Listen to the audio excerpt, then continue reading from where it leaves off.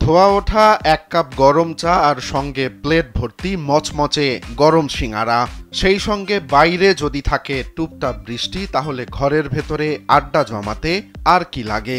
তুমুল জনপ্রিয় এই খাবারটি এখন দেশের গণ্ডি পেরিয়ে ছড়িয়ে পড়েছে বিশ্বের বিভিন্ন স্থানে। আমাদের দেশের সর্বত্র সিঙাড়া খাওয়ার দৃশ্য স্বাভাবিক মনে হলেও পৃথিবীতে এমন দেশও আছে যেখানে এই খাবারটি খেতে গেলে আপনার মৃত্যুদণ্ড হতে পারে।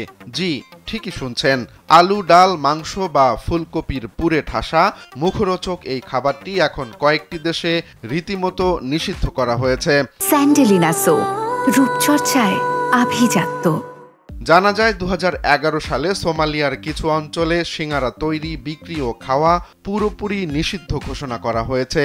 নিষেধাজ্ঞাটি জারি করেছে দেশটির কট্টর জঙ্গি সংগঠন আল শাবাব। তাদের দাবি, সিঙাড়ার ত্রিভুজ আকৃতি খ্রিস্ট ধর্মের প্রতীক ট্রিনিটির সঙ্গে মিলে যায়, আর এ কারণেই সিঙাড়াকে ইসলাম বিরোধী আখ্যা দিয়ে এটি নিষিদ্ধ করে তারা। ফলে কেউ যদি সোমালিয়া বা এর আশপাশের এলাকায় সিঙাড়া খেতে গিয়ে পাকড়াও হন, তাহলে প্রাণহানি জোরালো আশঙ্কা রয়েছে।